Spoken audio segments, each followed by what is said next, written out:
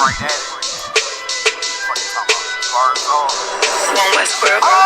Hear the hunger in my voice, they used to tell me to speak up. The problem was of what I was saying, they couldn't keep up. Instead of moving around with some patience, they tried to speed up. It got colder than a bitter bitch, found me a way to heat up. What's a favor for a favor if we all didn't make it? Kept it 100 with everybody, but they just gon' change. I ain't get caught up in the hype, cause I ain't feel like I made it. Couldn't picture me here now, but here's your moment to frame it. And I ain't never understand that self-entitlement spirit. I felt your vibe, I don't wanna get near it. Before I made the appearance, I took a second, took a look in the mirror. This God, Lord, the only thing that I fear. Y'all got me fucked up. It's all passion, it's tradition, it ain't fashion. It's no action, they make threats and it's still passing. I think massive, no respond, that's still tact. Y'all should quit rapping. Cheap shots, I'm cinematic. I ain't average, I'm an overthrow fanatic. How I go, you lose and win like asthmatics. I got first, that's automatic. I'm the best in my division. In the ghetto like the pigeons, in the hood like the engine. You a bird for that chicken. I don't fake split the scissors, cause my mind made up, nigga. We in the end of time, but my time ain't up. Now when I was young and running wild and wide-eyed like a cabbage patch, I had to get it as vivid, adapted to my habitat. It's certain shit I won't do, certain shit you can't prove. My shit sound like a payday, yours like more when the rent. If I had $1 for every dime you counted, I would be broke.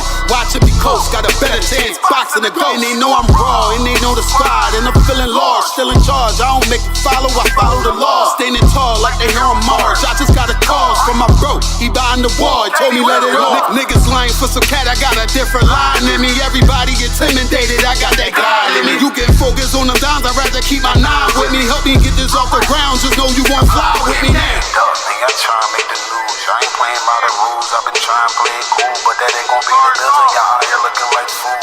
Home yeah. Truth, I ain't never had to choose. I'm trying to get beamed up, man. Y'all try to make the news. I ain't playing by the rules. I've been trying to play it cool, but that ain't gon' pay the bill. Y'all out here looking like fool. Home of the truth, y'all ain't never had to choose. Trying to get beamed up, man. Y'all trying to make the news. I ain't playing by the rules. I've been trying to play it cool, but that ain't gon' pay the bill. Y'all out here looking like fool. Home of the truth, y'all ain't never had to choose. Trying to get beamed up.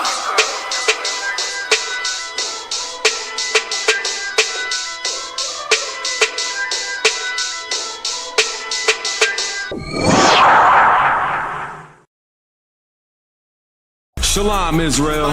It's that time again. The ISUPK, under Commanding General Yahana, presents the Lord's 57th Annual Passover. That's right, the Lord's 57th Annual Passover, April 4th, 2026, in Houston, Texas. All Black, Hispanics, and Native Americans are commanded to observe the Lord's Passover. This will be the biggest Passover to date. You do not want to miss this. Fresh lamb, fresh wine, and bitter herbs as commanded by the Most High. Only $200 per person, ages 17 and up. The biggest event of the year. There is only one Passover, and it's under Commanding General Yahana. See you there, Israel. Shalom. Nobody else there to compare to. Train for war, men of war, and war like apparel. Prefer our leaders, can't get between us. Watch where you stepping.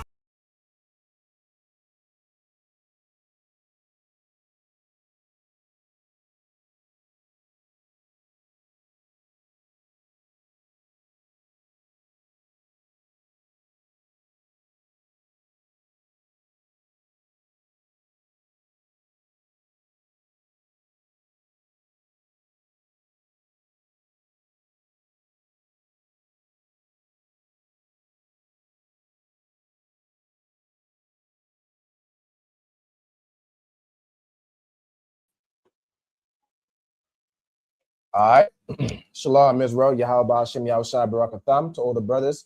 Yahweh Shema Ailatan Ba'ashim Yahushai to all the sisters. You know what I'm saying? This is the ISUPK, started at 1 West 125th Street, Harlem, New York, under Commanding General Yahana. Since 1969, we've been bringing out the truth about the Bible.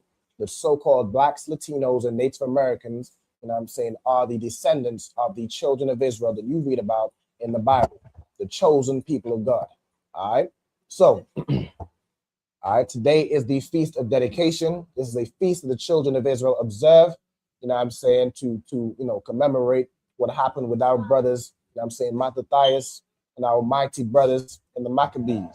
All right, so We're going to read some history. All right, this is some black history we're going to read about in the Apocrypha. All right, so Isaiah, I want you to read from First Maccabees chapter 1 and verse 1. Okay, so from the beginning of First Maccabees. Go ahead. Speaking to the mic. Yeah, right there. And go ahead. Read. Yes, sir. And it happened after that Nice and loud. And it happened after that Alexander, a son of Philip, the Macedonian, the Macedonian. Okay, so and it happened after that Alexander, son of Philip the Macedonian. All right, so this is an Edomite, Edomite king. All right, this Edomite Alexander became king, the first over Greece. So we're gonna read on. All right, I'm gonna carry on from here. All right, who came out of the land of Shittim, who had smitten Darius, king of the Persians and Medes, that he reigned in his stead, the first over Greece. All right, so Alexander came along and defeated, he smit Darius, the king of the Persians and the Medes, and took over, right? And he became the first king over Greece. All right, the same way every oppressor, goes and does. He comes along, unalives the current king and takes over. Right? And then he becomes a king, names it something else, and and it goes from there. And apparently history starts from that point, right? We're gonna read on. Matter of fact, the young man in the back, right, Julian, could you take over reading for this brother here? What?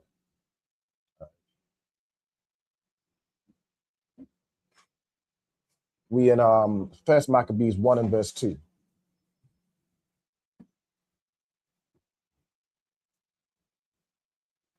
All right, also shalom to everybody watching online. We got the Samana, Kayala, sign Christ, tells now what I. All right, shalom on Christ. Go ahead. First Maccabees 1 verse 2. And made many wars and won many strongholds and slew the kings of the earth. And this man, this Greek, this oppressor went around and made many wars and won many strongholds and slew the kings of the earth. The same way the oppressor today, the so-called Europeans, the British, went and colonized damn near every country on the earth. You know what I'm saying? He made many wars and won many strongholds. He won different places, and all these places became British colonies. The same thing in this story, where all these strongholds became property or owned by the Greeks. All right, read on. Verse 3. And went through to the ends of the earth and took spoils of many nations, insomuch. Go ahead. And went through to the ends of the earth. This man traveled to take land, traveled to take ground. The same way, again, this devil today, he travels to the end of the earth. He'll go to Australia and invade Australia. He'll go over to the Americas, invade there. He'll go to the Caribbean and take it over. All right, that's the devil, the same devil that we're speaking about now. All right, read on. Insomuch that the earth was quiet before him. Insomuch that the earth was quiet before this oppressor.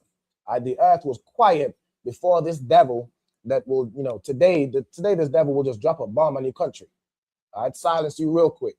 This oppressor will invade, the whole earth and take over, and no nation is strong enough or, courageous enough to stand against him, because that oppressor is, is the master of violence.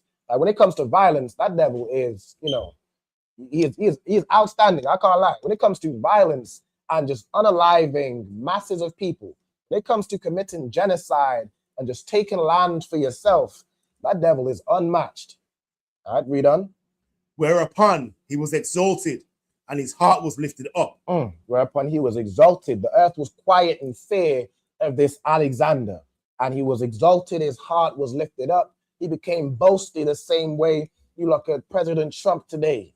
His heart is lifted up because he feels as though he can go around and bully any nation, and no nation can stand against great America.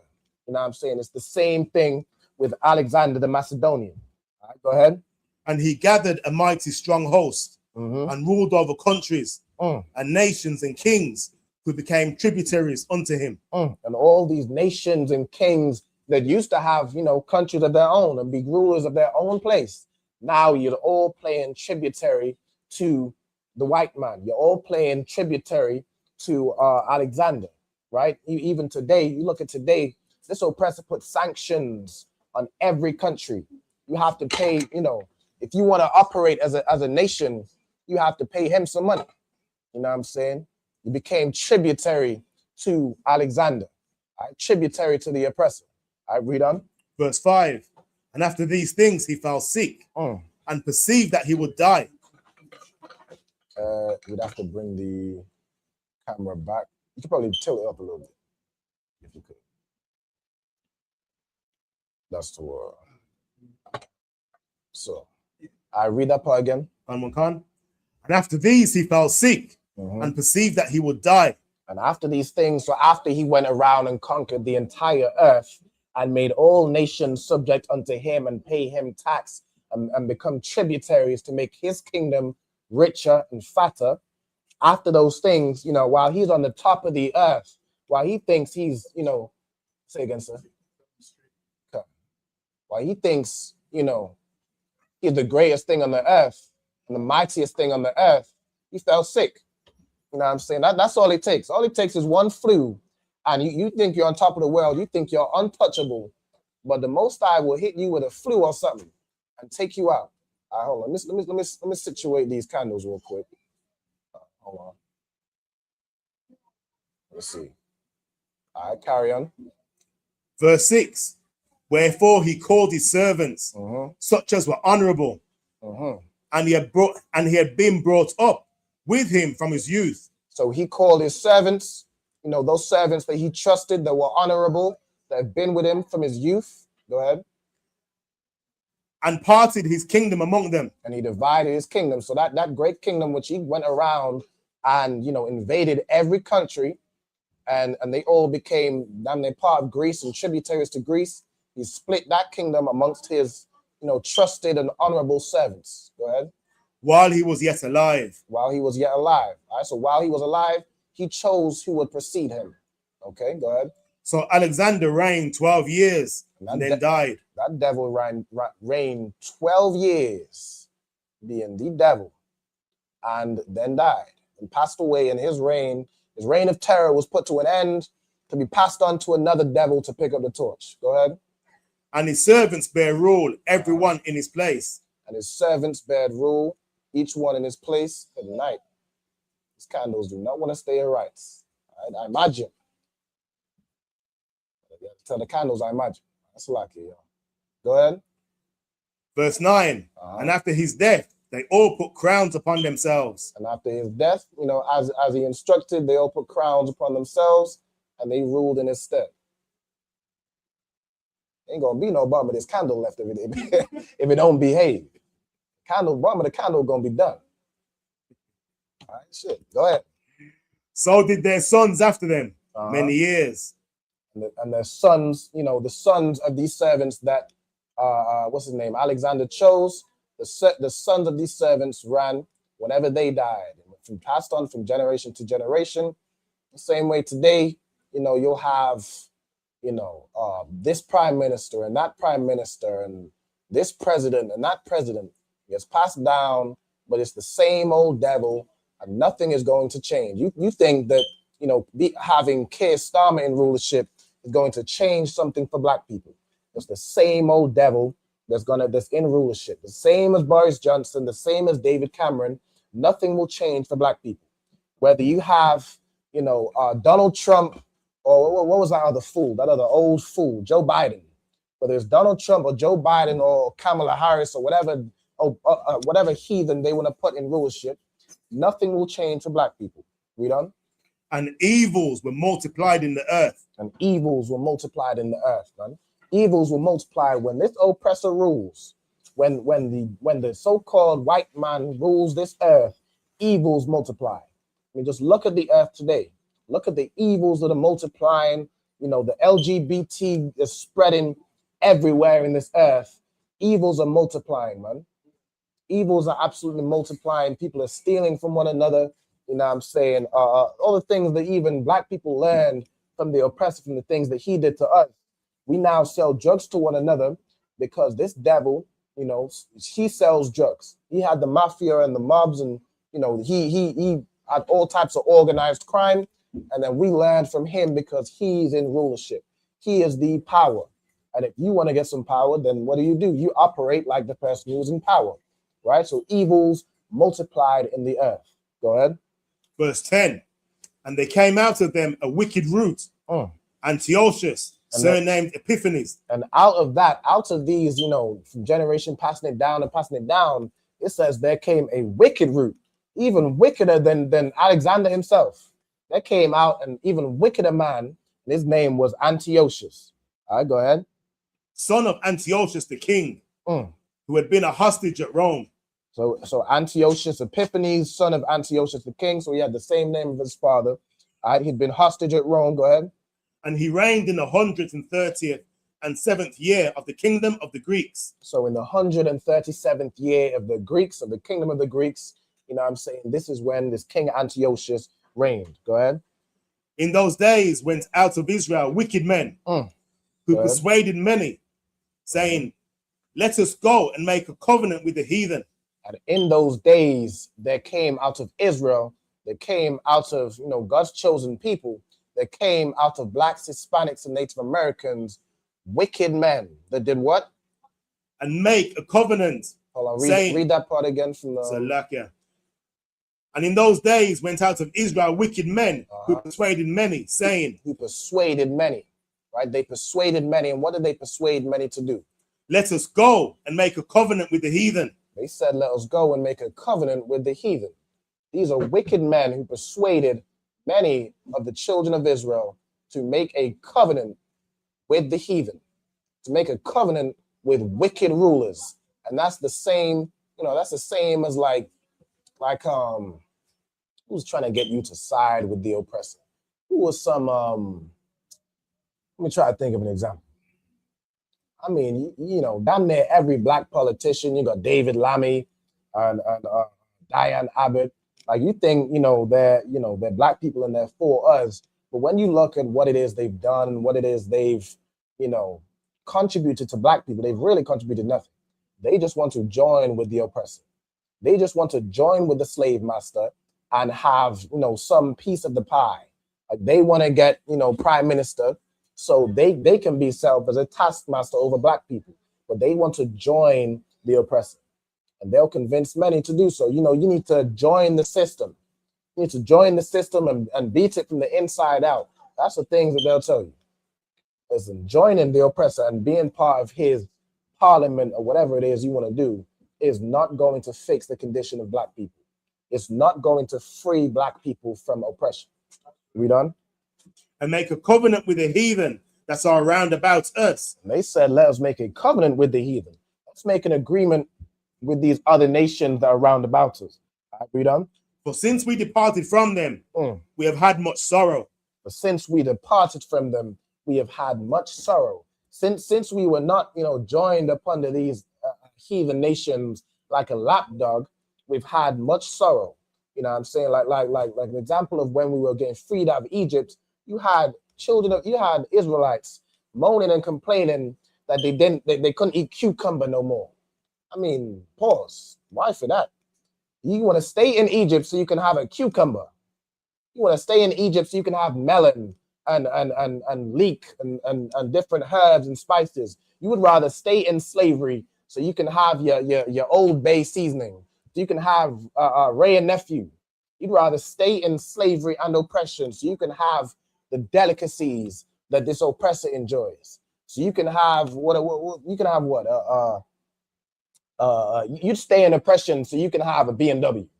Like, you stay in oppression so you can have and play the PS5. That's the same thing. But since we departed from them, we've had much sorrow. All right. But the Most High commanded the children of Israel to be separate. No matter what sorrow that entails, and you can't have you might not be able to have the luxuries that the oppressor has, but at the very least, you have your integrity. Your integrity is worth more than a PS5. It's worth more than a cucumber or a melon or leeks and onions. It's worth more than these things. All right, read on. Verse 12. So this device pleased them well.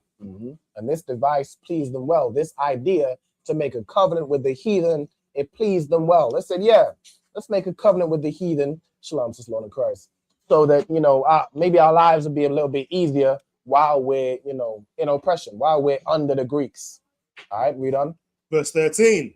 Then certain of the people were so forward herein. Certain Israelites were so forward herein, so excited to make a covenant and an agreement with the heathens that they did what? Go ahead. Then certain of the people were so forward herein that they went to the king who gave them license to do after the ordinances of the heathen. They went right to the king. Forget about signing a petition and that's damn near the equivalent, right? But forget about protesting or trying to, speak to like a mayor or something. They went right to Kestama and said, we want to join you. We want to make an agreement with you. And what was the last part it said? It said the king who gave them license to do after the ordinances of the heathen. That king gave them license and said, yes, we'll make an agreement. Just make sure you put that Christmas tree up in your house on the 25th of December. They made an agreement and said, make sure, you celebrate Easter and make sure you do all these ordinances that we do. If you want to be part of us, if you want to be part of British, when in Rome, do as the Romans do. That's what they said. Read on. Verse 14, whereupon they built a place of exercise at Jerusalem, according to the customs of the heathen. And they built a place of exercise. They built a gymnasium. A gymnasium where all those Greeks used to exercise, stark naked, because that is the custom of the heathen. Sexual deviancy. They used to exercise and be all types of men in there just sweaty and exercising according to the customs of the heathen. They built a gymnasium, them filthy gymnasiums in Jerusalem. Read on. And made themselves uncircumcised and forsook the holy covenant. And they made themselves uncircumcised. They stopped circumcising our brothers, man. They stopped circumcising their children on the 8th day and became flat out, Hellenist Jews.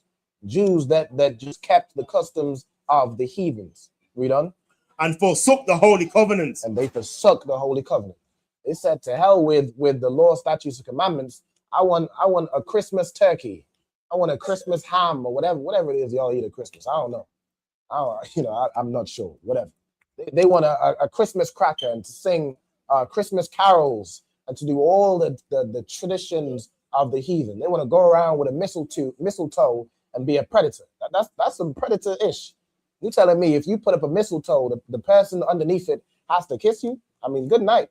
Right. That is funky. That's that, Salakia. But these are the customs of the heathen that you forsake the Lord's covenant with. That you forsake high holy days like the Passover and the Feast of Dedication like we're celebrating today. You forsake that to partake in the customs of the heathen. You forsake that to go celebrate a birthday or go celebrate Easter and paint some eggs or whatever the hell it is y'all do with Easter. Go just eat an abundance of chocolate. We done? And joined themselves to the heathen and were sold to do mischief. And they were sold to do mischief, just like the heathens are sold to do mischief.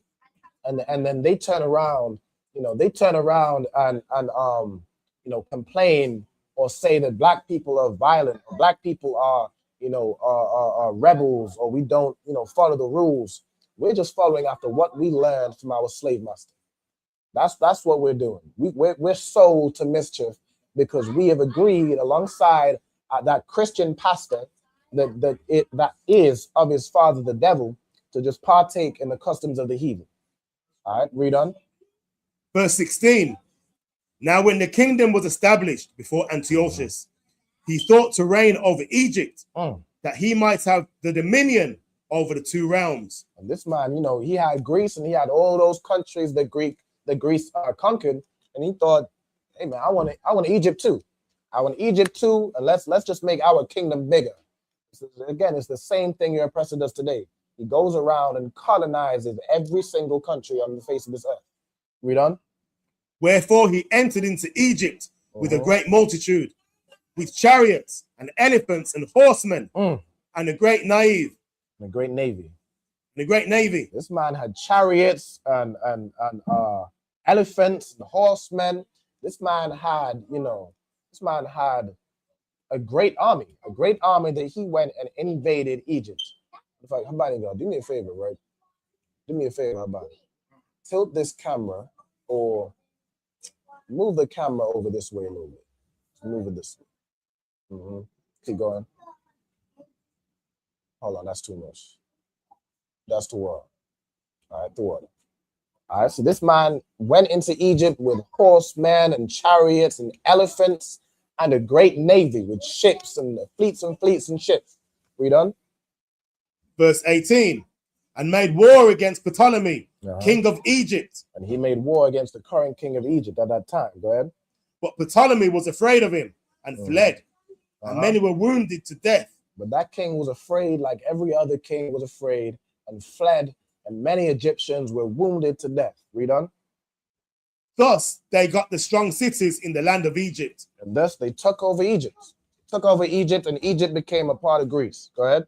And he took the spoils thereof. And after that, Antiochus had smitten Egypt. He returned again into the 140th and third year. So he went, invaded Egypt, won the war, and now Egypt became a part of them. They got it as a stronghold. They took the spoils of Egypt, right? They took the spoils and the artifacts and the expensive things, the gold, the this, the that. You know what I'm saying? And all you have to do to see who is that same devil today is go into a British museum or any museum in America and see what it's filled up with. It's filled with the spoils of all the countries that they went in, invaded, and took their spoils, took their artifacts, took this and took that. Read on. And went up against Israel and Jerusalem with a great multitude. This man, after he destroyed Egypt, after he took over Egypt, he said, hey man, okay, we got Egypt. Let's go ahead and invade Israel. Let's get Jerusalem too. I know we all know the stories about how the Most High slaughtered the Egyptians to free the children of Israel. We know those stories because every nation knew that story. Every nation on the face of the earth knew about that. They knew about the Most High's might, but they just destroyed Egypt. We went to war with Egypt, and the Egyptian king fled. Man. I mean, the Egyptian king at the time of the Exodus was at least, he didn't even flee against the Most High. Like he tried to get the children of Israel back. It didn't work out for him, but he at least had some, he had some aggression. This king Ptolemy just fled and took tail and let his colors fly. And so this devil Antiochus is feeling a little braggadocious now. He's feeling, okay, shoot, I made the Egyptian king flee. He didn't even flee when the Most High was against him and had set plagues. I must be more powerful than the Most High. I must be stronger than him. So he said, hey man, let's see what we can do with these Israelites. Let's get these Israelites under our rule too. I mean, they're already celebrating our customs and doing that, but let's just invade Jerusalem. I want Jerusalem to be part of Greece. Read on. Khan. Verse 21, and entered proudly into the sanctuary and took away the golden altar and the candlestick. So they went up against Israel and Jerusalem with a great multitude, the same way they did on Egypt. They just came with their army, you know what I'm saying, and they entered proudly into the sanctuary. They walked right in because the children of Israel couldn't stand against them. Why? Because the Most High was not with them. The Most High was not with them because you made a covenant with the devil to celebrate his customs, and you forsook the covenant of the Most High. You forsook the law, statutes, and commandments. So that man, when he decided he wants to invade your country, even though you made an agreement with him, he just walks right into your sanctuary. Just walks right in to a place that you have dedicated to be holy. I mean, at this point, when you're celebrating the heathen customs, ain't nothing holy about it, but he just walks right into something that has so much historical value and cultural value. He walks right in. Go ahead. And took away the golden altar. And took your spoils too. He took away the golden altar. Read on. And the candlestick of light. He took away the candlestick of light. Like we would have in our sanctuary, like you see this menorah right here, this menorah. We had a giant candlestick, a giant menorah made of solid gold. And he went in there and saw that candlestick and said, boy, that's a nice piece of gold right there. I'll take it. Go ahead. And all the vessels thereof. And all the vessels, all those fancy vessels, like you see, like you have like goblets and different vessels. A vessel is a cup or like a plate or anything that holds something. All those artifacts we had, all those nice, you know what I'm saying, you know, things of gold and things of value that we had, he went and took them, and they probably ended up either in, you know, King Antiochus's, you know, treasury chamber or in some Greek museum somewhere. Read on. Verse 22. And the table of the showbread. They took the table. They took everything. They stripped the sanctuary clean. They took the candlestick, vessels, the table, the altar, everything. Read on. And the pouring vessels. Go ahead. And the vials. And the censers of gold. And the vial and the crowns and the golden ornaments that were before the temple, all which he pulled off. He pulled off everything of this temple. Everything of value, even the damn table. Even the table. There was nothing left. He stripped the altar bare and took everything, because that's what the oppressor does. He goes and takes. That's all he knows. All he knows is taking. Read on. Verse 23. He took also the silver and the gold and the precious vessels. Yep. Also, he took the hidden treasures which he found. And don't think he just took the things that were obvious. He went in there, rummaged and ransacked and looked for the hidden things. The hidden things, the treasures that were tucked behind this place and tucked behind this place in the secret passage for this. He went in and searched out, you know, the entire sanctuary and stripped it clean, rubbed it clean. But they complain about, they say that we're the thieves and we're the criminals. This man went in every country, even in Egypt, in Israel, in every single country, and stripped them bare, stole everything. The oppressor is the biggest thief on the face of this earth. Read on. Verse 24. And when he had taken all away, he went to his own land, having made a great massacre. Having made a great massacre. So you would have had, you know what I'm saying, people that would try to fight back or try not to have the sanctuary just, you know, invaded and stolen. You had people that tried to fight. He made a massacre. He committed genocide. The same way, if you have, you know, if you try and protest against him today, he'll shoot you with rubber bullets. You know what I'm saying? He'll commit a massacre. You know what I'm saying? He'll do all manner of things, and he'll beat you all upside your head, because who are you to stand up against the white man? Who are you to stand up against him when he is just in the mood to take everything? Read on. Having made a great massacre and spoken very proudly. And he spoke very proudly. He spoke very proudly of his exploits, how he went, just invaded Egypt, went and took everything he wanted out of Egypt. He went and invaded Israel and, you know, just took everything. And there was nobody who could stand against it. Go ahead. Therefore, there was great mourning in Israel, in every place where they were. And therefore, there was great mourning in Israel and in every place where they were. But I don't know why y'all are crying. I thought y'all wanted to make an agreement. I thought y'all wanted to make a covenant with the, hold on. I'm tripping. Hold on. I had to change something. I called it Feast of Tabernacles. This is the Feast of Dedication. All right, the water to Radalia Island. Let me change this real quick. Salakia, y'all. All right, read on. Verse 26. So that the princes and the elders mourned. The virgins and the young men were made feeble. And the beauty of women was changed. So the entire, kingdom of Israel was mourning. This devil just waltzed into something that was precious to us.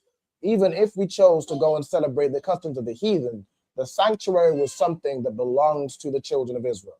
It was something that we still hold as value. That devil just waltzed in, unalived anybody who stood in his way, and took everything. Took absolutely everything. Go ahead.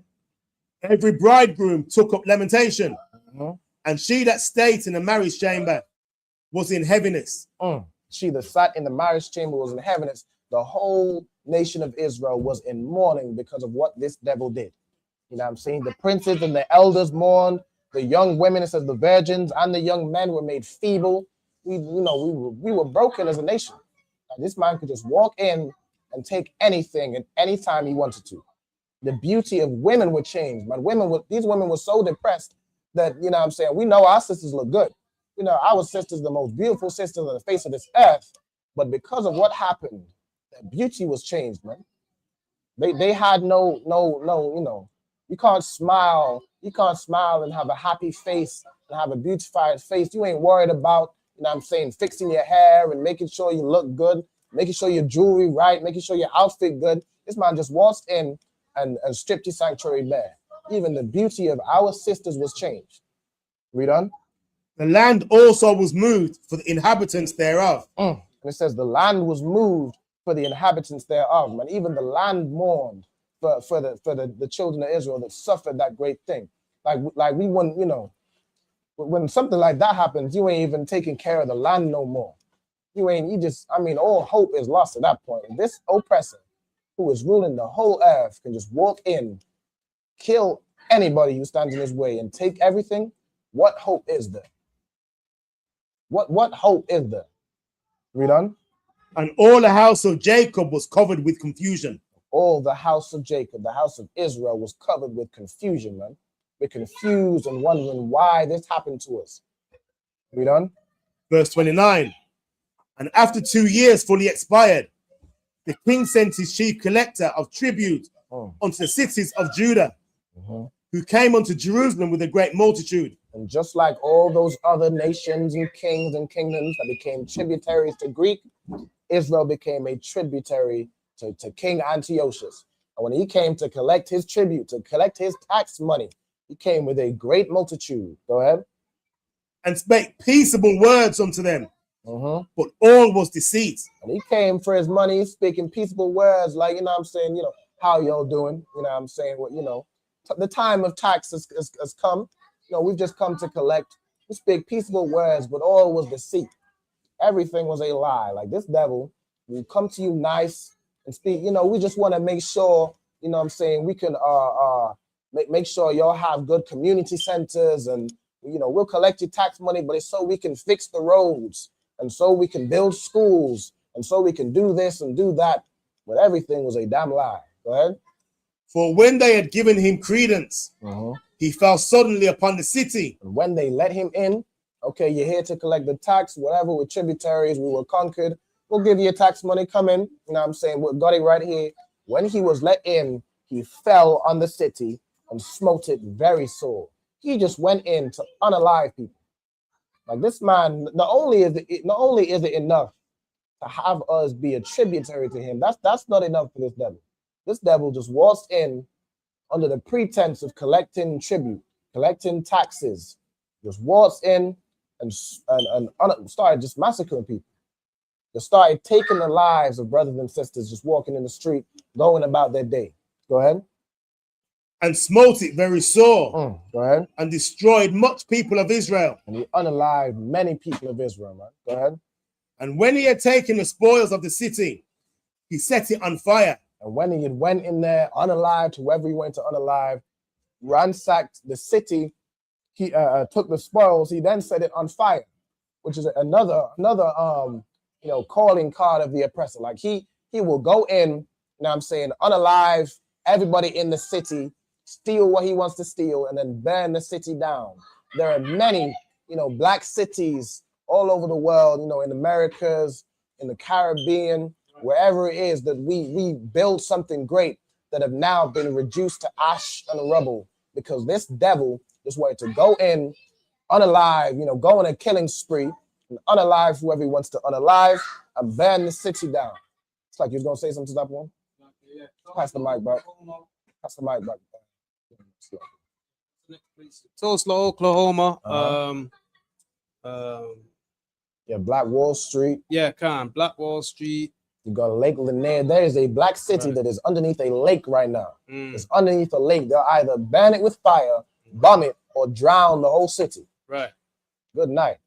Any more you want to say? Can't remember the next place. Okay, you too well. All right, get the mic back. All right, we done. And when he had taken the spoils of the city, he set it on fire and pulled down the houses and the walls thereof on every side I mean, he didn't just go in and steal, or he didn't just go in to take his tax money. He didn't just go in to kill and steal. He went in, killed and stole and burned the city down, broke the walls down, demolished the houses. He caused utter devastation because it is not enough to satisfy his lust for violence. Like, this man has an insatiable lust for violence. Go ahead. Verse 32. But the women and children took their captive and possessed the cattle. And they took our women and our children captive. They took our women and children to be servants. Go ahead. And the animals too. They took absolutely everything. He slaughtered the men, took the women and the children to be slaves, took the cattle, took the gold, took the spoils, and just broke the whole city down. Destroyed everything. Go ahead. Then builded they the city of David with a great and strong wall. Then they built the wall, like Donald Trump was talking about a couple years ago. They built a wall around the city of David. Go ahead. The city of David with a great and strong wall, and with mighty towers, and made it a stronghold for them. And they made the city of David a stronghold for the Greeks. They went in, you know what I'm saying, kicked, destroyed and unalived and slaughtered all the natives to the city of David. And then they built a wall. Who does that remind you of today? Reminds you of the devil, Donald Trump and whoever, all the Americans that went over to the Americas, slaughtered the natives to the land, took it over, and now they want to talk about building a wall to make sure those illegal immigrants don't come over here to our country. This is ours now. Read. And they put therein a sinful nation, wicked men, and fortified themselves therein. And they put therein a sinful nation, wicked men, and fortified themselves therein. They went and inhabited it themselves, a sinful nation. Read on. They stored it also with the armor and the victuals. And when they had gathered together the spoils of Jerusalem, they laid them up there so that they became a sore snare. So they stored it with armor and victuals. They put all their nice trophies, right in the city of David. And when they gathered together the spoils of Jerusalem, they laid them up. They became a sore snare, so that anybody who would try and revolt and rebel and get those, things back, get those spoils of Israel back, they would be unalived right there in the stronghold. Go ahead. For it was a place to lie in wait against the sanctuary, and an evil adversary to Israel. It became an evil adversary to Israel, man. Many Israelites were unalived because they were trying to get their spoils back. They're trying to get back the things of the sanctuary, the candlestick, the censers, the this, the that. You know what I'm saying? It became a trap for us. Like you just lie everything in wait like a big vault. All the things that you stole, and you're just waiting for somebody to come and take it. Just waiting for somebody to try and infiltrate so you can slaughter them and have a good old time. Because again, this man's lust for violence is insatiable. Like he'll put it right in your face, just waiting for you to steal it, so he can twist your arm up and throw you in the back of a van and put you in prison for the rest of your life. Read. Verse 37. Thus they shed innocent blood on every side of the sanctuary and defiled it. And on every side of the sanctuary, they shed innocent blood and they defiled the sanctuary. Read on. Insomuch that the inhabitants of Jerusalem fled because of them. And they did so, it was so rough what they did to the city that the inhabitants of Jerusalem just fled. They just left. They just abandoned Jerusalem because it's over. It's done. It belongs to them now. Read. Whereupon the city was made an habitation of strangers. And the whole city was made an habitation of strangers. It just belongs to the Edomites now. It belonged to these other nations they let dwell in there. Read. And became strange to those that were born in her. And became completely different to those that were born in her. It became a completely different country to the natives of the city of David and Jerusalem. Like you look at America today, it's completely different. It's a completely different country to what it looked like when the Native Americans, lived in there.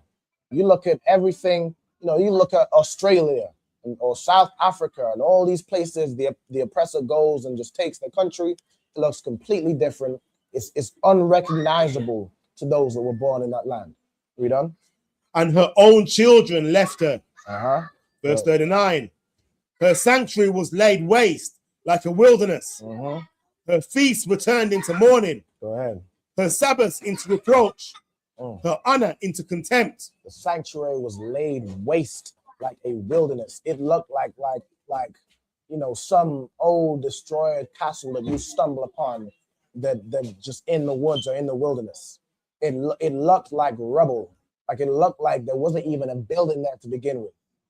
And the feasts were turned to mourning. Like imagine we're having a feast to celebrate and you know, celebrate our victory over the Egyptians, or celebrate, you know, our victory over that wicked what was his name? What was that devil that tried to kill Mattathias? Not Mattathias, Mordecai. It began with a H. I forget that devil. But imagine you celebrating the victory over this and victory over that. But you can't celebrate your victory when your sanctuary is reduced to rubble. Your feasts are turned to mourning. It says your Sabbaths into reproach. And you keeping the Sabbath to the Lord now, you know, but there's nowhere to even keep the Sabbath. Your Sabbaths become a reproach, because what do we even have to do a Sabbath service with? All our victuals was taken, our sanctuary was destroyed. Even if we wanted to keep the Sabbath, we don't have the things that we even would keep the Sabbath with. Go ahead. Verse 40. And has been her glory, so was her dishonor increased. As had been her glory, the same way the children of Israel was glorious. It was glorious, and we had glory and honor and integrity. We had respect. That the same way we had a level of respect, that now became how dishonorable we became. Our dishonor increased. Go ahead. And her excellence was turned into mourning. And our excellency was turned into mourning. Go ahead. Verse 41. Moreover, King Antiochus wrote to his whole kingdom that all should be one people. And after he goes around, conquers every land, makes a decree and said, we're all going to be one people. It's going to be a melting pot of nations, and I'm going to rule. Don't get it twisted. I'm ruling, but we're all going to be one people. Go ahead. And everyone should leave his laws. And everybody should leave their laws, their traditions, their customs, and just follow what I say. You're all going to be one people. You're all, you know, my tributary countries anyway. You belong to me. So just do what I do. Forget your history, forget your culture and traditions, and do what I do. Make sure there's a tree in your house on the 25th of December because I said so. Read. And everyone should leave his laws. So all the heathen agreed according to the commandments of the king. And all those heathen nations agreed. And they said, all right, you got it, King Antiochus. You got it. We'll forget everything we know and we learn, and we'll do what you say. We'll do your customs. We'll become as Greeks. We'll become as one people. The same way, I'm saying, you have all types of people come to Britain, and all of a sudden, I don't remember reading about Christmas in the Quran or whatever, but you have Muslims now celebrating Christmas. You have all types of different countries, Buddhists, and they come, you know, Chinese or whatever. You think they should believe in Buddha and do all that, but they come over to Great Britain, they come over to the America, and now they celebrate Thanksgiving. Now they celebrate Christmas. Now they do all the things that the oppressor does. Go ahead.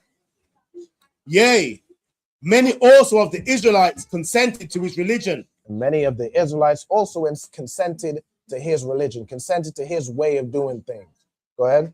And sacrificed unto idols and profaned the Sabbath. And we sacrificed unto idols and profaned the Sabbath. We made the Sabbath worth nothing. You know what I'm saying? We profaned and cussed out the Sabbath and said, forget holding the Sabbath, forget celebrating the Feast of Dedication. I'm gonna go ahead and do Christmas. Christmas is fun now. I'm gonna go ahead. We used to be forced, and it was a decree where we had to do it. Now we go ahead and do it by choice. Go ahead. Verse 44.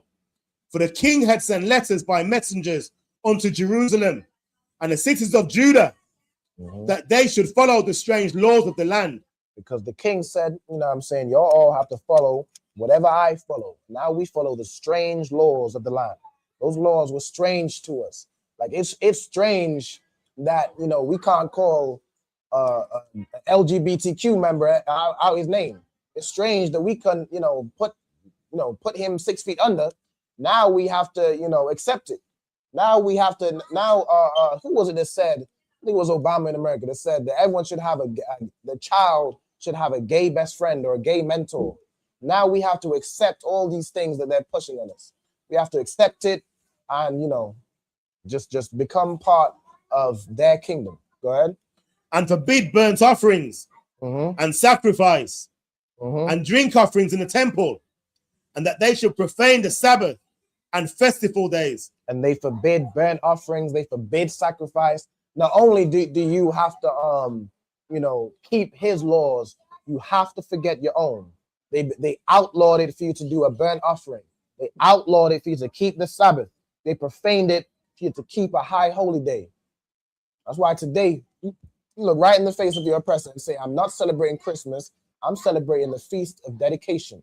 I'm a holding the feast of dedication because you can't tell me that I can't serve my God anymore. You can't tell me that I can't do my customs anymore. You know what I'm saying? You should be proud to be right here in these seats and serving your God. Serving your God instead of serving the white man, instead of serving your slave master and do whatever he wants you to do. You know what I'm saying? Y'all are claiming that you're free, but you're still serving whatever the oppressor tells you to. You're still doing whatever the oppressor wants you to do. That don't sound free to me. That doesn't sound like a free people to me. We here in the ISUPK that sat in these seats, that are serving, the customs and the traditions of our forefathers. This is what freedom looks like. We are free men up in here. And sisters. Don't forget these sisters here. I'll get cussed out. I'll get taken to counsel for forgetting these sisters. Go ahead. Verse 46, and pollute the sanctuary and the holy people. And they polluted the sanctuary and the holy people. Go ahead. Set up altars and groves and chapels of idols and sacrifice swine's flesh and unclean beasts. And right up, right in the land, in the city of David, the capital of Jerusalem, right?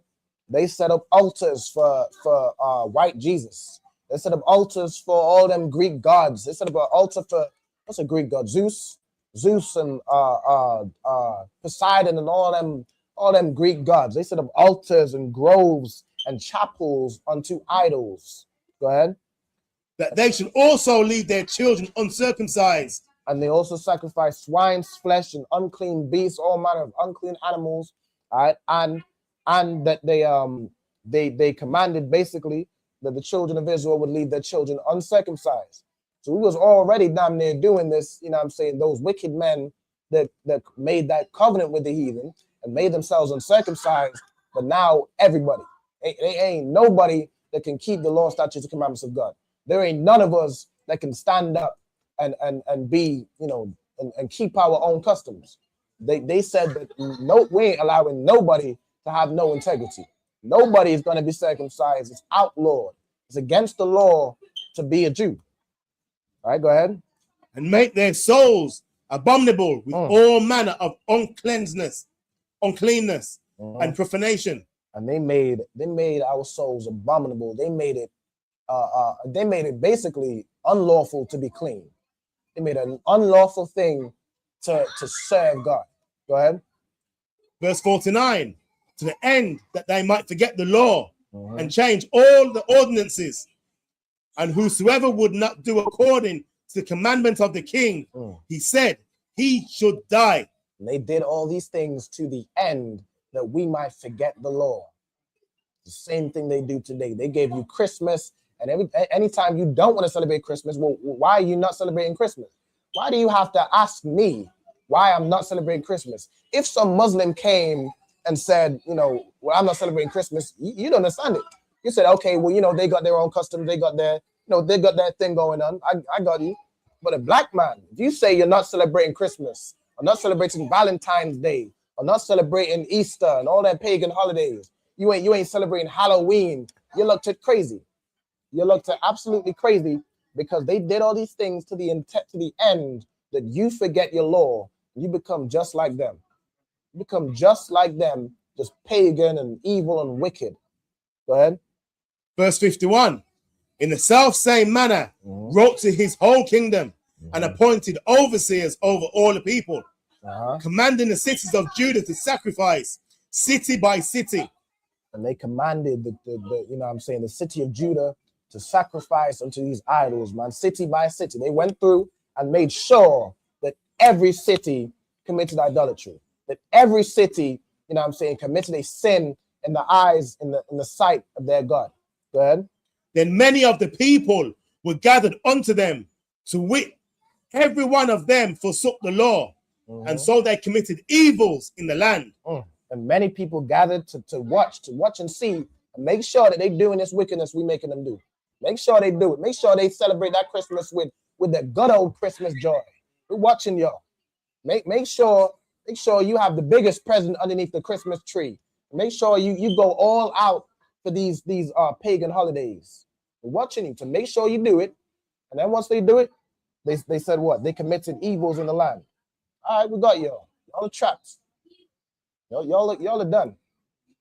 Because they know, and all these heathen nations know, that when we forsake our law, the Most High removes his protection from us. And they can just do whatever. Once we're doing what they want us to do, they have no fear of retribution.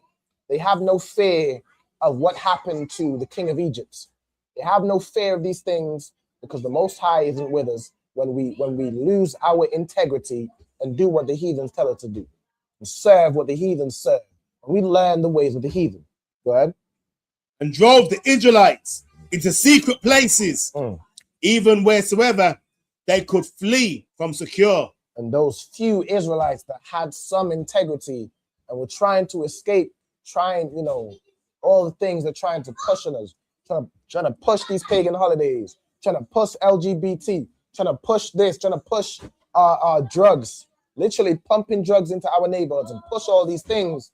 You have Israelites that are trying to flee, trying to not be turned into a devil, trying to not be turned like a heathen, trying to be separate, trying to set themselves apart. They fled to wherever they could find some hole in the ground somewhere to hide so they could be safe from this oppression. Read. Verse 54. Now the 15th day of the month Caslu, in the 145th year, they set up the abomination of the desolation upon the altar and builded idol altars throughout the city of Judah on every side. Now again, this ain't just one time they did these things. This is over years and years and years. They're pumping more and more and more of their heathen ideology, their heathen idols, their heathen altars, their this, their that. They're pushing more on the children, on the land of Israel. Like you think, good night. Have you not done enough? Like we've been reading about the same thing for about 40 verses. Read on. And burnt incense at the doors of their houses and in the streets. And when they had rent in pieces the books of the law, which they found, they burnt them with fire. And they went around, it's like they do a sweep, like every year. Do a sweep, and they find, is there anybody trying to do what's written in that law? Is anybody trying to do, trying to keep those high holidays? What y'all doing on what y'all doing on the 15th month of this, on the 15th month of that? What y'all doing on the 14th day of the 4th month? What are y'all doing on that? Y'all ain't trying to celebrate the Passover, are you? Nah. Paint those eggs. Paint those eggs. N-word. I don't know if I can say that on YouTube. I'm trying to just paint those eggs, Niger. Yeah, that's what they saying. Make sure them eggs are painted. Make sure your kids are eating chocolate eggs. Good night. When they found any books of the law, they tore it to pieces and burnt it with fire.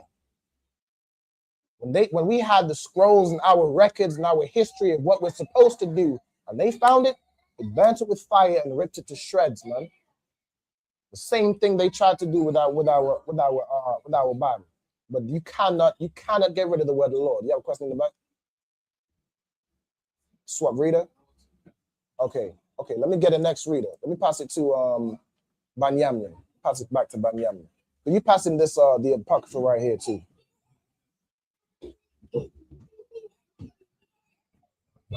All right, we at verse 57.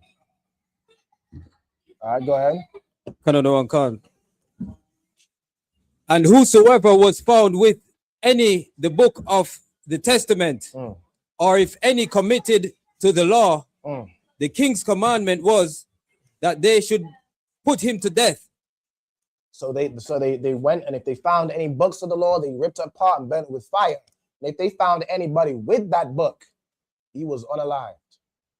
They took the book, burned it with fire, ripped it in pieces, and that man was unalived. If anybody tried to commit to keeping the law, statutes, and commandments, you were put to death. Read. Thus did they by their authority unto the Israelites every month. Every month they did. Forget every year. Every month they went around doing this. Every month they went around unaliving anybody who tried to have some integrity, who tried to keep what their fathers kept. Read. To as many as were found in the cities. Anybody they found in the city. Nobody got mercy. Nobody, ain't nobody getting up. No, the 25th day of the month, they did sacrifice upon the idol altar, which was upon the altar of God. Go ahead. The 25th, that's the 25th, isn't it? The 25th of the month Kaslu. Right. I think that is. So the ninth month, it's around like December. Yep, the 25th. Right. Which is what they celebrate, Christmas on, man.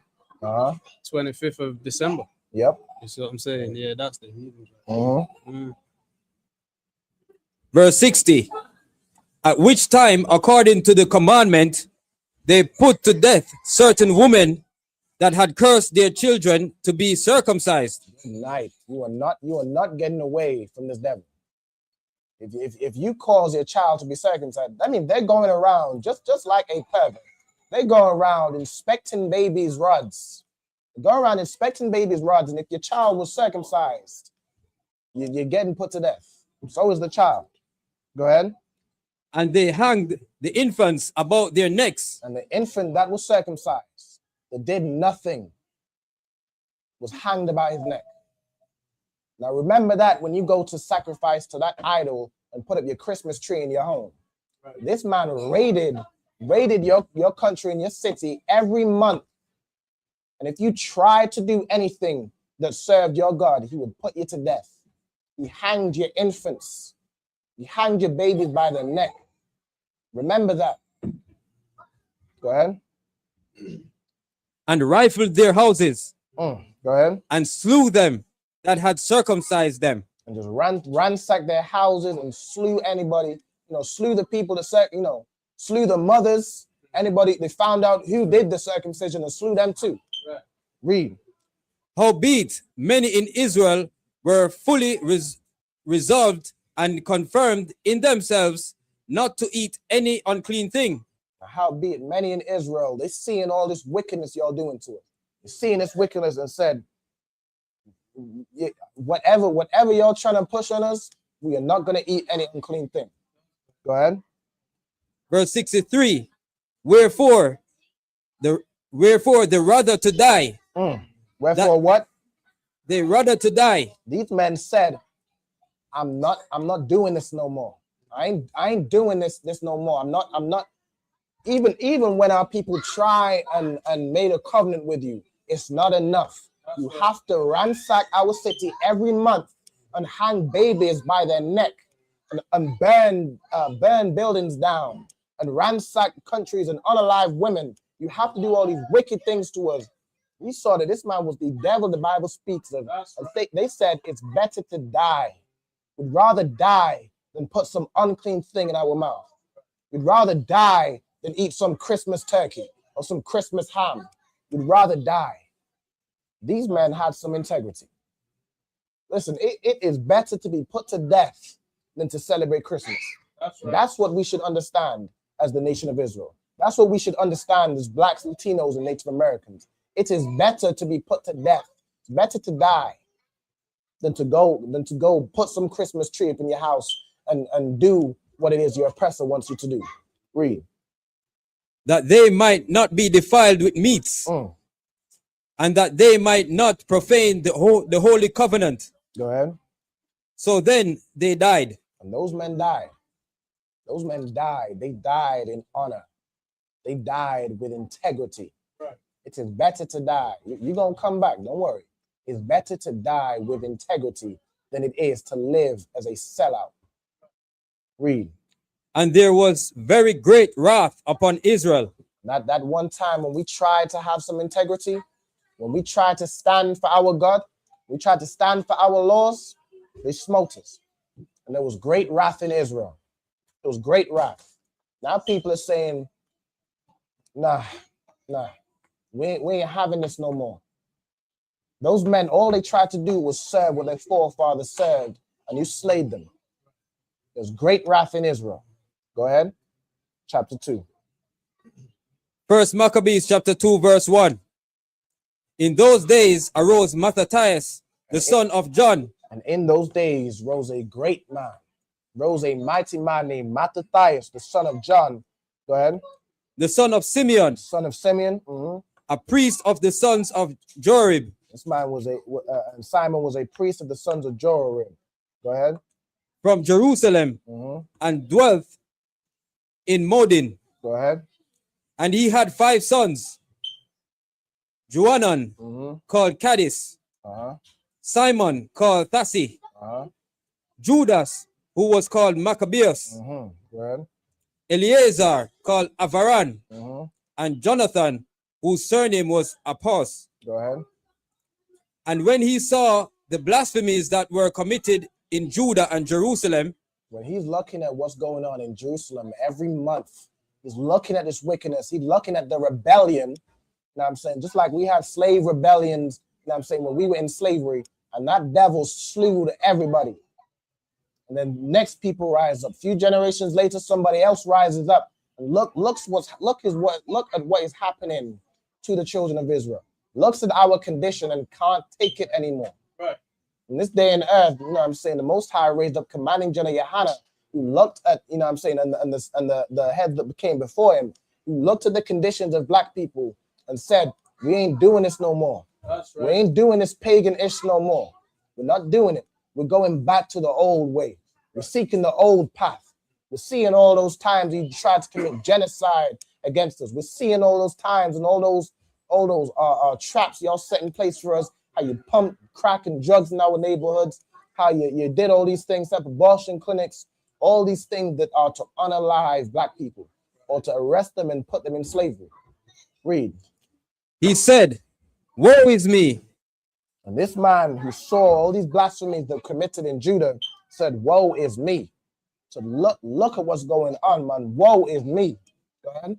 Wherefore I was born to see this misery of my people. He said, why was I even born to see my brothers and sisters in this condition?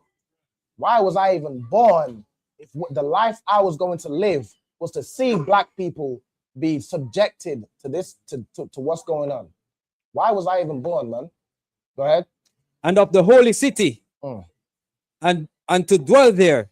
And why was I born in this holy city? You know, the city of David. I was born here, you know what I'm saying, to see this, to see the sanctuary looking like a wilderness, to see the whole city looking like some just all type of Greek idols and Greek temples in there. Why the hell was I born here? Why was I born to see the condition of my people and the condition of this holy land? Read. When it was delivered into the hand of the enemy, and the sanctuary into the hand of strangers. When it was delivered to the hand of the enemy and the sanctuary into the hand of strangers. Go ahead. Her temple is become as a man without glory. Her temple is become as a man without glory. All right, go ahead. Her glorious vessels are carried away into captivity. Her infants are slain in the streets. Infants are slain in the streets. And that's the same thing that happens to us today. The same thing happens to us today. Our infants are slain in the streets. Go ahead.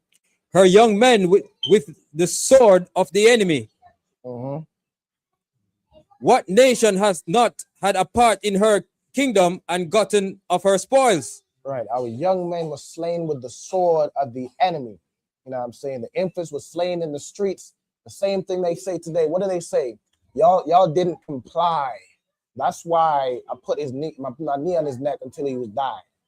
He wasn't complying. That's why I stuck my fist down his throat and strangled him to death. He wasn't complying, like a good little boy. Go ahead. We done? Or where we at? Verse 11. All her ornaments are taken away. Of a free woman, she is become a bondslave. We become slaves, man. We become slaves to this empire. The same way today we became slaves to this empire, man. But there were mighty men that rose up in that day. And there are mighty men that are raising up today, man. There are mighty men that are going to be written about in the history books when this kingdom is done with. This kingdom is through. And their kingdom is reduced to rubble like they reduced our city to. Like they reduced Jerusalem to. Go ahead. And behold, our sanctuary, even our beauty and our glory is laid waste. And the Gentiles have profaned it. Go ahead. To what end, therefore, shall we live any longer? Saying, what is even the point of living if this is the condition my people are in, and this is what's happened to the holy city?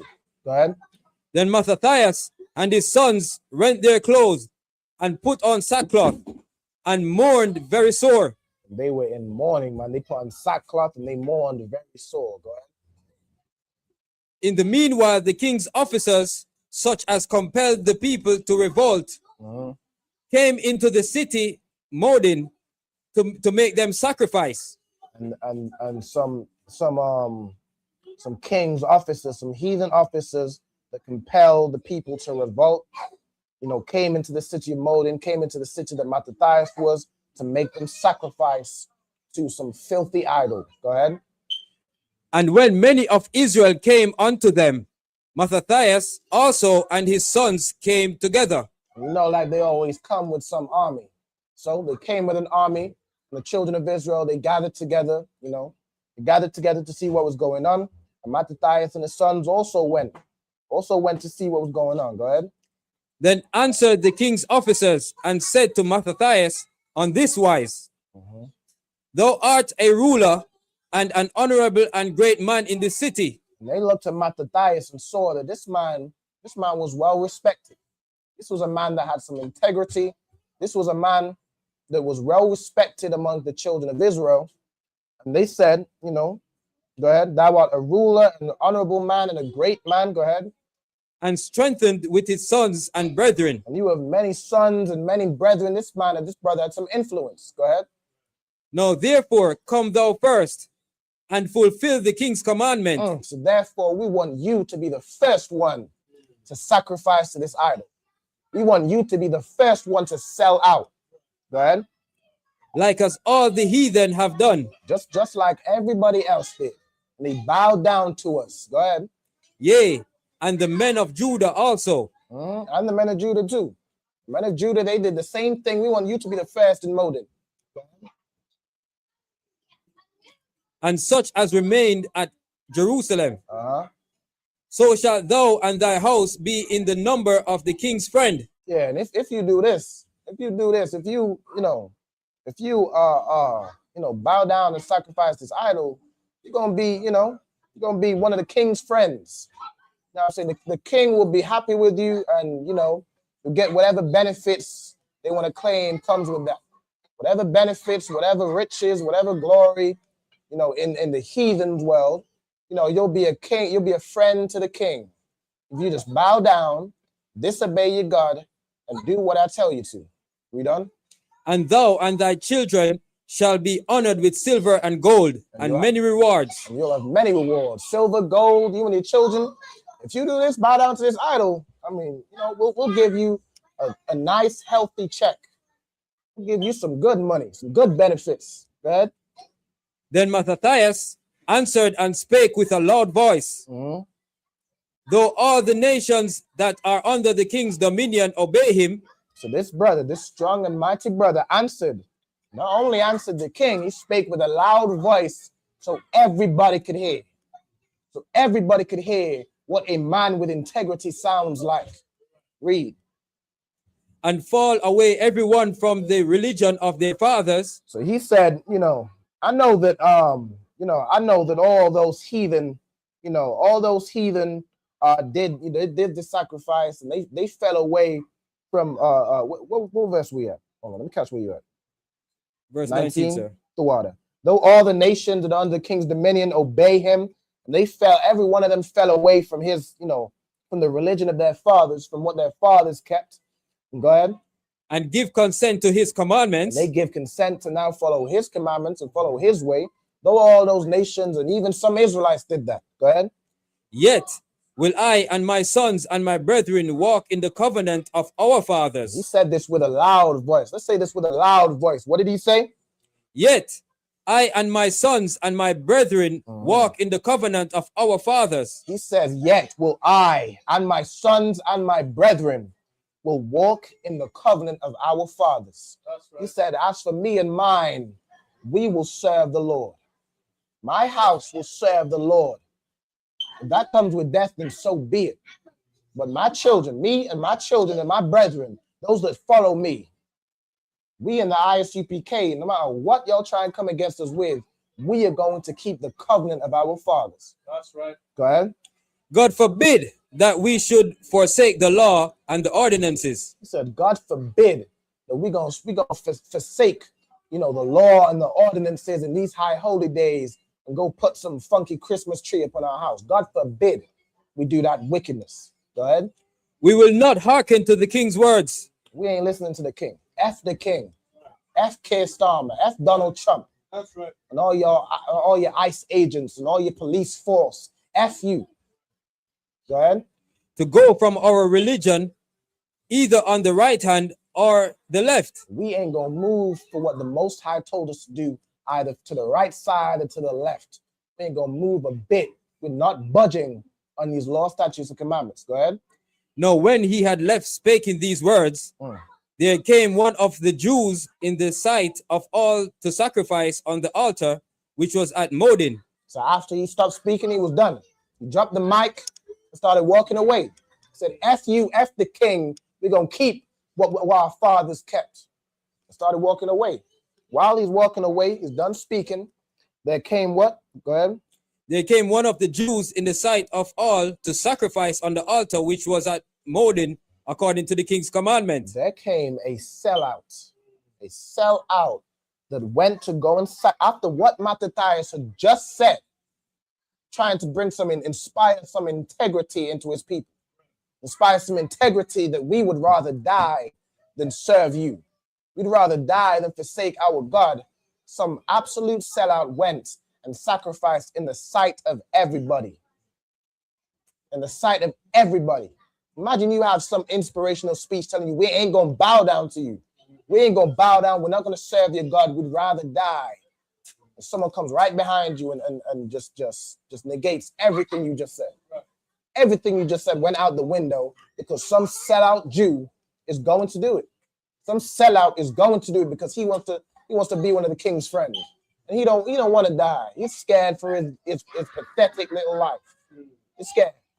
He's shook. He ain't one West. Man was Christian. If I ever read a story about a Christian, that sounds Christian to me. Man said, yes, massa. Go ahead. Which thing when Mattathias saw, he was inflamed with zeal. When Mattathias turned and saw this after what he just said, he was inflamed with zeal. He was inflamed with the righteous spirit of the Lord that compelled him to do what? Read. And his reins trembled. And his reins trembled. He on a horse and he cannot contain himself. His reins are trembling, infuriated with what the hell just happened. Go ahead. Neither could he forbear to shew his anger according to judgment. He couldn't forbear to show his anger. He could not be screw face. He couldn't not, show his, he couldn't contain it. Read on. Wherefore he ran and slew him upon the altar. He slew that wicked Israelite on the spot. Right. Slew him. Every black, Hispanic, and Native American that is about to put up a tree Y'all better be lucky we ain't in the time of Matthias. Y'all better be lucky. When we see you putting up that Christmas tree, my reins tremble, but Salakia, I have to be not in prison so I can teach my brothers. I have to be, not put in the electric chair so I can help wake up my brothers that will actually listen. You're damn lucky. You're lucky. Go ahead. Also, the king's commissioner who compelled men to sacrifice, he killed at that time. I'm that damn commissioner that was trying to get Matthias, I'm not sellout Jew to sacrifice. He slayed him too. Go ahead. And the altar he pulled down. And pull down the altar because F everything. That's the altar that you're trying to sacrifice. The altar. He slayed the man, slayed the commissioner, and broke down the altar. He crashed out, as they say. Go ahead. Thus dealt he zealously for the law of God. And that's how he dealt zealously for the law of God. Go ahead. Like as Phinehas did unto Zibri, the son of Salom. Like as Phinehas did unto Zibri, the son of Salom, you know what I'm saying, another mighty man, you know what I'm saying, he wasn't going to bow down to the oppressor and choose his ways. Go ahead.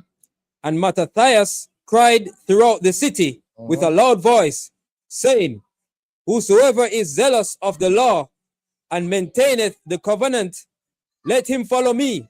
And this is what we call an uprising.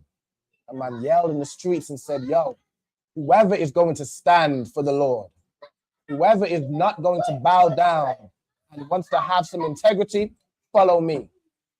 Follow me. I'll be the leader. I'll do what needs to be done. Go ahead.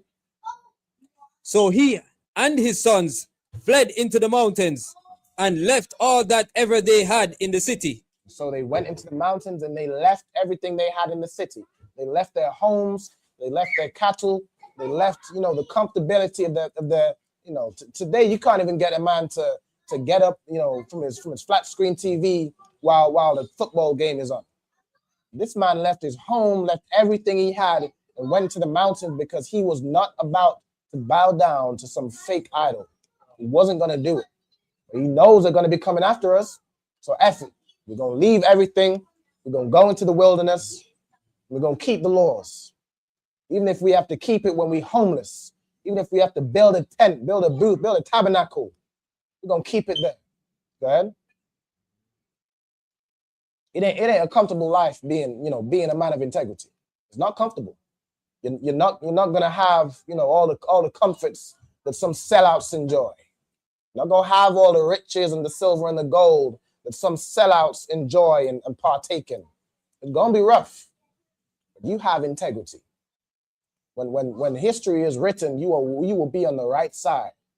Those people that had integrity, didn't celebrate Christmas, and didn't bow down to celebrate Easter, and didn't just be a sellout and just try to join this kingdom. Go ahead. Then many that sought after justice and judgment went down into the wilderness. Those men that sought after justice and righteous judgment, they went down into the it's like what verse we at? Verse 29. 29. They went and righteous judgment, they went down to the wilderness to dwell with Matthias. Go ahead. Verse 30.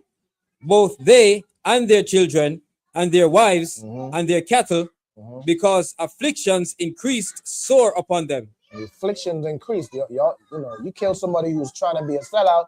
You kill the king's commissioner. Now they reign in hell in that city, so they really had no choice, because that's what the devil does. Like if there's an uprising and somebody one of theirs get unalived, and they will go around ransacking the city, tearing everything down with people who had nothing to do with it. I didn't tell Matthias to go do it, but y'all gonna oppress me anyway. You really have no choice to flee to the wilderness. You have no choice. Go ahead, because that devil would kill us anyway. It'd kill you anyway. So it's better to die with some integrity. We saw justice and judgment. Go ahead. Now, when it was told the king's servants and the host that was at Jerusalem in the city of David, that certain men who had broken the king's commandment were gone down into the secret places of the wilderness, they pursued after them a great number, and having overtaken them, they camped against them and made war against them on the Sabbath day. So they found out that Mattathias had unalived that commissioner. They found out they're in the wilderness. They went with a mighty army and tried to attack them on the Sabbath day. Why? Because, you know, according to our customs, we're not supposed to do any work on the Sabbath day. Right. So you had the Israelites who were saying, okay, well, there's an army coming against us, but the Sabbath day is holy. We can't do any work. We won't fight back. We'll die in our innocence. We'll die in our innocence. But let me tell you something. If somebody is attacking you, you have the right to defend yourself. Don't never die because you think, the Most High is not the God of the dead. Let me tell you that much. The Most High is the God of the living. If you're being, put to death because someone's trying to get you to eat pork, that's one thing. But don't be like these brothers who, somebody can just attack you on a certain day and you just, you don't pick up a weapon to defend yourself. All right, let me skip because we low on time. Hold on. Let me see. Bada bing. Let me skip to verse. Okay, let me skip to verse 37. Canada one cancer. But said, let us die all in our innocency. Heaven and earth will testify for us. They said heaven and earth will testify for us. All right, go ahead. That he put us to death wrongfully. So they rose up again, Salakia. So they rose up against them in battle on the Sabbath. And they slew them with their wives and children and their cattle. Go ahead. To the number of 1,000 people. They slew 1,000 people, men, women, children. They went and slew 1,000 Israelites. Go ahead. Now, when Mattathias and his friends understood hereof, they mourned for them right sore. And he mourned for those brothers. He mourned for those brothers that thought they were being righteous and not fighting back because it was a Sabbath day. He mourned for them. He mourned for them. Go ahead. And one of them said to another, if we all do as our brethren have done, and fight not our lives and laws against the heathen, they will now quickly root us out of the earth. He said, if we do the same thing, they come on a Sabbath day and slay us because we can't fight back, then there's going to be nobody left to keep God's laws. Going to be nobody. They will kill us all. Read. At that time, therefore, they decreed, saying, whosoever shall come to make battle with us on the Sabbath day, we will fight against him. We're going to fight. We're going to stand and fight. Even if it's the Sabbath day, we're going to stand and fight. Go ahead. Neither will we die all as our brethren that were murdered in the secret places. We're not going to all die like our brothers did. Rest in peace to those brothers, man. May they rest in peace. May they rise again. But we ain't going to die like that. Go ahead. Then came there unto him a company of Assyrians who were mighty men of Israel. Go ahead. Even all such as were voluntarily devoted unto the law. And at that time, there came a company of mighty men of Israel, and they were voluntarily devoted to the law. Go ahead. Also, all they that fled for persecution joined themselves unto them. And everybody who was fleeing persecution, they joined themselves to Mattathias. And now Mattathias had himself an army. Go ahead. And were a stay unto them. So they joined their forces and smote sinful men in their anger. So they gathered together and they smote those wicked heathens in anger. Go ahead. And wicked men in their wrath. But the rest fled to the heathen for succor. But the rest, so this was wicked men. So this was was it Israelites this is Israelites that were wicked and bowed down. They slew those men, but some of them fled to the heathens for safety. Go ahead. Then Mattathias and his friends went round about and pulled down the altars. And since they fled, Mattathias and his brethren went around and pulled down those altars to those idols. Pulled them down. Go ahead. And what children soever they found within the coast of Israel uncircumcised, those they circumcised valiantly. And if they found any children that were uncircumcised, they circumcised them, because we're going to keep the laws, statutes, and commandments of our God. Go ahead. They pursued also after the proud men, and the work prospered in their land. They pursued after the proud men. Those proud men who didn't run for safety amongst the heathen. Those proud men that were proud in their wickedness. Yeah, we slayed you too. Go ahead. Verse 48. So they recovered the law out of the hand of the Gentiles. And we recovered the law out of the hand of the Gentiles. Go ahead. And out of the hand of kings. Neither suffered they the sinner to triumph. We went around and we recovered back the law, and we didn't allow the sinners to triumph. This is a battle we could not lose. We just could not lose. We won, and we did not allow those sinners to triumph. Go ahead. Now, when the time drew near that Mattathias should die, he said unto his sons, now hath pride and rebuke gotten strength, and the time of destruction and the wrath of indignation. Now, therefore, my sons, be ye zealous for the law. Says, listen, my sons, be ye zealous for the law. Be ye zealous for the law. Go ahead. And give your lives for the covenant of your fathers. And give your life for the covenant of your father. Don't ever drop your sword. Don't drop your sword, man. All this fighting we did, remain zealous for the Lord. No matter what happens, you fight in triumph, or you fight and die. But either way, you're going to keep the Lord's statutes and commandments. Go ahead. Call to remembrance what acts our fathers did in their time. So shall he receive great honor and an everlasting name. And you think about all those brothers that are written about, those mighty brothers that are written about in our records that we had at the time. Think about what they did. Be honorable like them. And that's why these names are written in the Bible, in the Apocrypha. That's why we hear about Mattathias. This was another mighty man of our nation that did the same thing his forefathers did. Go ahead. Was not Abraham found faithful in temptation, and it was imputed unto him for righteousness? And the last part, 51, Slack here, it says, so shall ye receive great honor and an everlasting name. Like your name is, even though if you die in the flesh, your name is everlasting. Your name is going to be written in our records.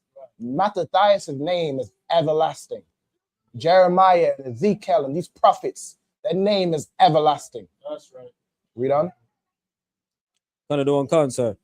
Was not Abraham found faithful in temptation? Abraham, was found faithful in temptation. Joseph was found faithful in temptation. These are names who their names are everlasting. These are brothers who their might and their strength in serving the Lord, their names live on forever. They have great honor. Go ahead. And it was imputed unto him for righteousness. Joseph, in the time of his distress, kept the commandment and was made Lord of Egypt. Exactly. So we got Joseph, and just to skip forward, we got Joseph, Phineas, Yahushai, Caleb, David, Elias, Ananias, Azarias, Misael, Daniel, all these brothers that stood for the Lord. Stood for the Lord. All right. Let me get. Let me skip to verse 64. Cut it on count, sir. Wherefore, ye my sons, be valiant and shew yourselves men in the behalf of the law. So therefore, be valiant and show yourselves men on behalf of the law. Go ahead. For by it shall ye obtain glory. So by that valiancy, by that bravery, you'll obtain glory. All right. Let me see. Let's skip to All right. So we recovered the law. Now I'm saying it was then passed on to Judas Maccabeus, who rose up in Mattathias' stead, and he continued on in that fight. He continued on to fight against the oppressor and recover the law, recover the sanctuary. All right, let me get to hold on. Skip me to where we at? I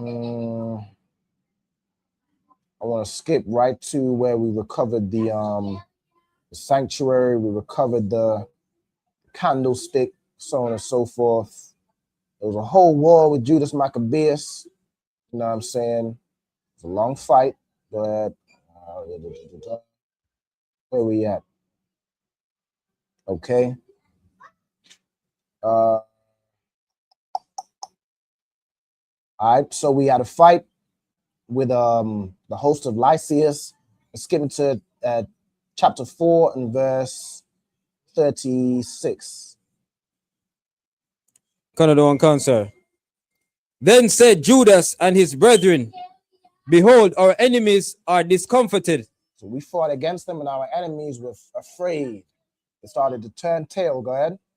Let us go up and cleanse and dedicate the sanctuary. They used that opportunity to cleanse and dedicate the sanctuary. Go ahead. Upon this, all the hosts assembled themselves together and went up into Mount Zion. On that order, we assembled and went to Mount Zion. Go ahead. And when they saw the sanctuary desolate and the altar profaned and the gates burned up and the shrubs growing in the courts as in a forest. When we saw what happened to us, what has become of our holy place, our sanctuary. Go ahead. Or in one of the mountains, right. Yea. It looked like a forest or a mountain. Like it didn't look like a building. You know, all type of weeds growing up in the sanctuary. It's desolate. All type of profane things. You know what I'm saying? Swine's flesh and this, that, and the third. It looked disgusting. Go ahead. And the priests' chambers pulled down. They rent their clothes and made great lamentation and cast ashes upon their heads. And we mourned, man. We went in great mourning. We rent our clothes and made lamentation. We fell flat to the ground. But being Jimmy to verse 41.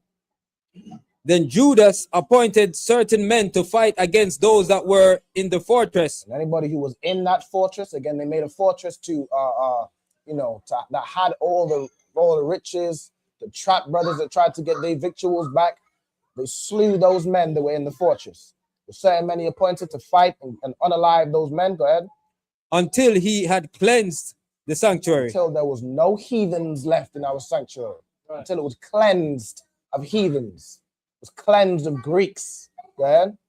So he chose priests of blameless conversation, such as had pleasure in the law, who cleansed the sanctuary and bear out the defiled stones into an unclean place. And he chose priests of blameless conversation. He chose righteous priests that had pleasure in the law to clean the sanctuary and throw out all those old stones that they had defiled, that the heathens had defiled. Just rebuild the entire thing from scratch. Go ahead. And when, as they consulted what to do with the altar of burnt offerings, which was profaned, they thought it best to pull it down. Pull down the altar, just build the entire thing from scratch. Because we ain't gonna now start sacrificing this altar that had all types of profane things, the abomination that make a desolation, all type of wickedness on that altar, all type of revelry. You know how that funky oppressor get down. He would been having, orgies up in the temple and all type of filthiness. Go ahead. Lest it should be a reproach to them, because the heathen had defiled it. We pulled that thing down. That ain't the altar no more. We pulled that down and threw that away in an unclean place. I skip it to 47.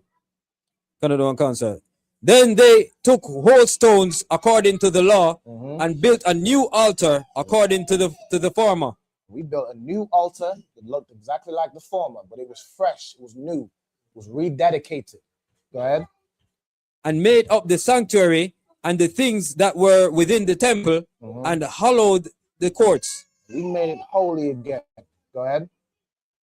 They made also new holy vessels, and into the temple they brought the candlestick and the altar of burnt offerings and of incense and the table. We made new vessels once more. We made new vessels, new candlestick. We brought it into the temple, and everything was brand new once more. We had a clean sanctuary. All right, go ahead. And upon the altar they burned incense, and the lamps that were upon the candlestick they lighted. We lighted our candlestick, Then incense. And I'm saying we made it holy and clean and smelling good again. Go ahead. That they might give light in the temple. Furthermore, they set the loaves upon the table and spread out the veils and finished all the works which they had begun to make. Now we got, bread on the table again. We got everything back to work. All right, go ahead. Now on the 5th and 12th day of the 9th month, which is called the month of Silakia, which is called the month Casleo, in the 148th year, they rose up betimes in the morning and offered sacrifice according to the law upon the new altar of burnt offerings which they had made. And on this day, the 5 and 20th day of the month Caslu, we rose up in the morning and offered sacrifice according to the law, burnt offerings which we made. Go ahead. Look at what time and what day the heathen had profaned it. Even that was it dedicated with songs and citherns and harps and cymbals. And that day, the day profaned and defiled our temple and put on the abomination to make a desolation, that same day we sacrificed a righteous sacrifice. We did a righteous burnt offering. We made that day a memorial that we took it back. We took back our heritage. We took back our lineage. We took back our history and our law and our sanctuary. Go ahead. Then all the people fell upon their faces, worshiping and praising the God of heaven, who had given them good success. We thank the Lord who gave us good success in getting back our sanctuary. Go ahead. And so they kept the dedication of the altar 8 days and offered burnt offerings with gladness and sacrifice the sacrifice of deliverance and praise. So we kept the dedication. Now we keeping today the feast of dedication. When we got the temple back and we've made it holy once more. We got our law back. We recovered the law. Right. We took ground and got it back from our enemy. Go ahead.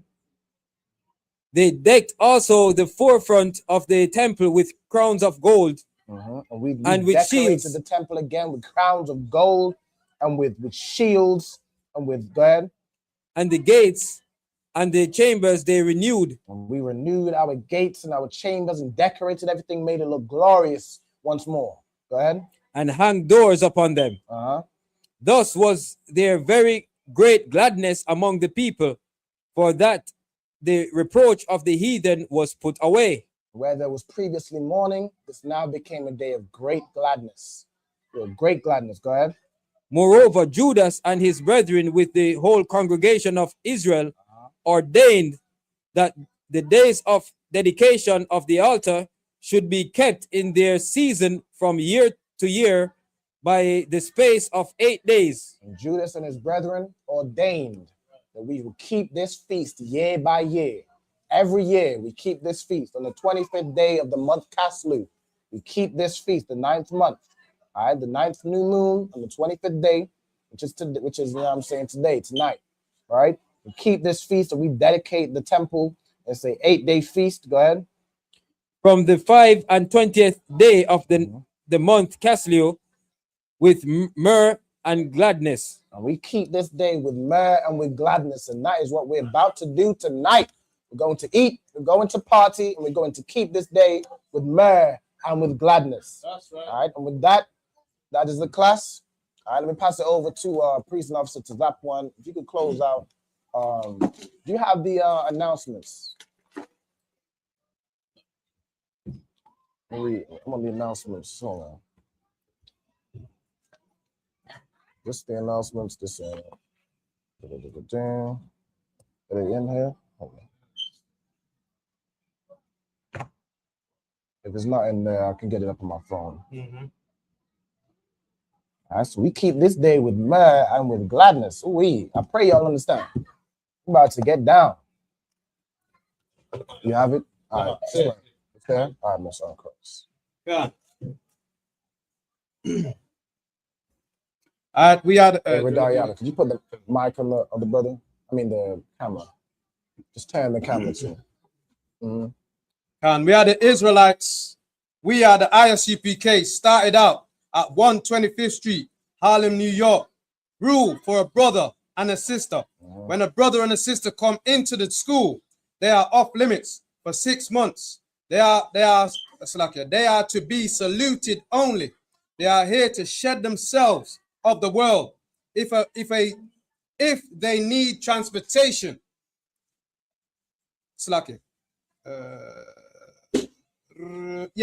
if they need transportation, the teacher will arrange it. After 6 months, if a brother or a sister has an interest in a particular person, he or she must get permission from the head to speak to a brother or a sister. There is another 6 months in which the brother and sister will court each other. After this 6 months period, the brother and sister will get permission from the head to marry. Tithes, which is a commandment. Numbers 18 and 21. Malachi 3, verse 8 to 10, means 10th in the Hebrew. Ma'ashara, 10% of every penny of any increase the Lord giveth you. Give to the treasury department or teacher, priest funds, free will offerings for priests. All right, not mandatory. Whatsoever amount you would like. What's the next feast? Upcoming Holy Convocation. You can check on the bulletin board in the hallway. Got the Feast of Purim. Got the Feast of Purim, which is the 2nd of March. All right, the Feast of Purim, which is the 2nd of March. Remind Aquiums and Aquafs to check the bulletin board in the hallway. If anyone wants to be a trooper in the school, to start wearing all black, boots, shirts, pants, headband, and scarf. And with that, imagine. We're going to give the teacher a one courtesy salute. Imagine Shabbat. Imagine Barak. Yahweh Ba'Shem Yahweh Shai Barakatah. Yahweh Ba'Shem Yahweh Shai Barakatham. Yad Yamatah. Sir, which is to turn face the sisters. We're going to give the sisters a one courtesy salute. Come on.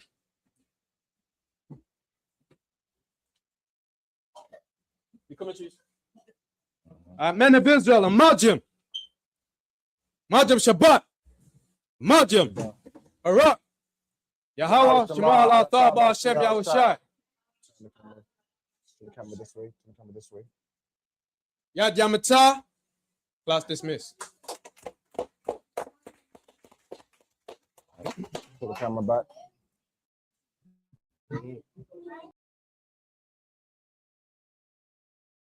Shalom, Israel. It's that time again. The ISUPK, under commanding General Yahana, presents the Lord's 57th annual Passover. That's right, the Lord's 57th annual Passover, April 4th, 2026, in Houston, Texas. All Black, Hispanics, and Native Americans are commanded to observe the Lord's Passover. This will be the biggest Passover to date. You do not want to miss this.